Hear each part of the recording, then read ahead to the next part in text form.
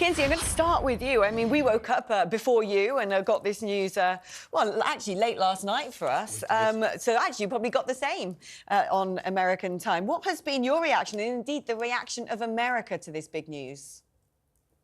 I mean, I think it speaks volumes that our president, one of his, first instincts was to tweet his well wishes, and our former president as well, saying that he met the king and really admired him and wished him well.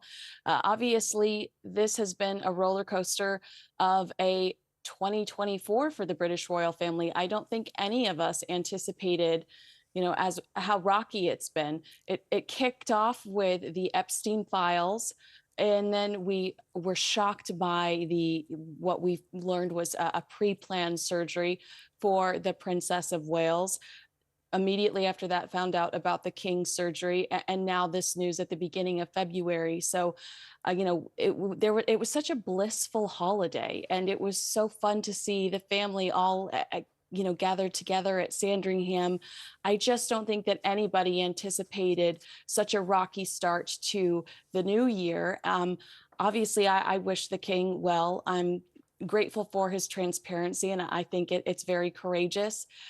It's upsetting news. It's shocking. I mean, we called you a showbiz reporter there. You're a royal expert as well. So your thoughts... In fact, I always think of you primarily as a royal expert. Your thoughts on the fact that we now know that Charles phoned Harry personally to tell him the bad news. And it looks as if... We don't know exactly when that phone call unfolded, but it looks as if Harry just dropped everything and got on a plane.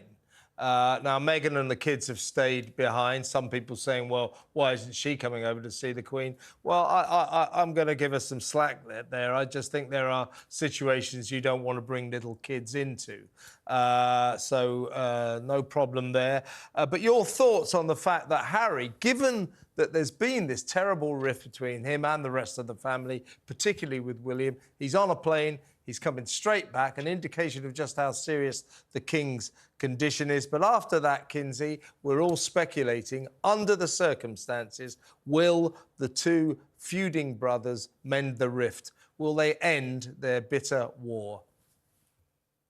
I do think it indicates the serious nature of the diagnosis, because when we initially heard about the Princess of Wales and the King, and all we knew at the time was that it was a benign situation and it was just a surgery.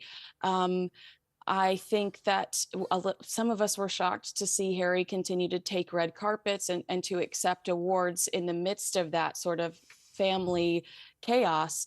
So I do think it's important that he's headed in that direction. I think that it says that this is a very serious situation.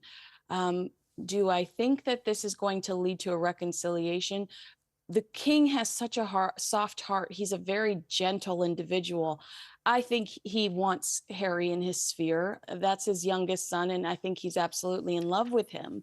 But when it comes to Prince William, I'm a little bit more cynical. Prince William is trying to protect his wife's privacy right now. He's trying to bring peace into their home to ensure that there is a swift recovery for the Princess of Wales. And Harry and Meghan tend to bring drama with them wherever they go. I understand if Prince William continues to be a little bit standoffish under these circumstances. It struck me, actually, looking at the reportage around the world on this. We always get reminded in the United Kingdom when something big happens in our royal family that this isn't just our royal family.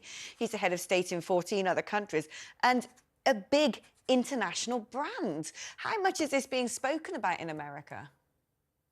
It was the top story on all of the major news outlets yesterday. If you opened up Fox News or CNN.com, of course, it was the big banner at the top.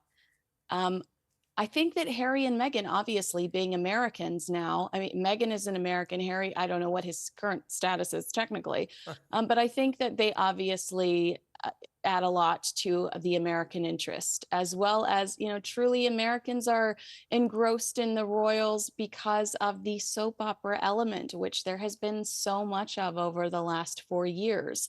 So Americans are truly committed to this journey. Americans very much so invested in the Prince and Princess of Wales. If you look at the polling here, statistically, Americans love the Princess of Wales and Prince William, polling higher than some of our political leaders. So we're invested in their future. We want to make sure that they are successful, and we do care about them and their families, and we care about the king.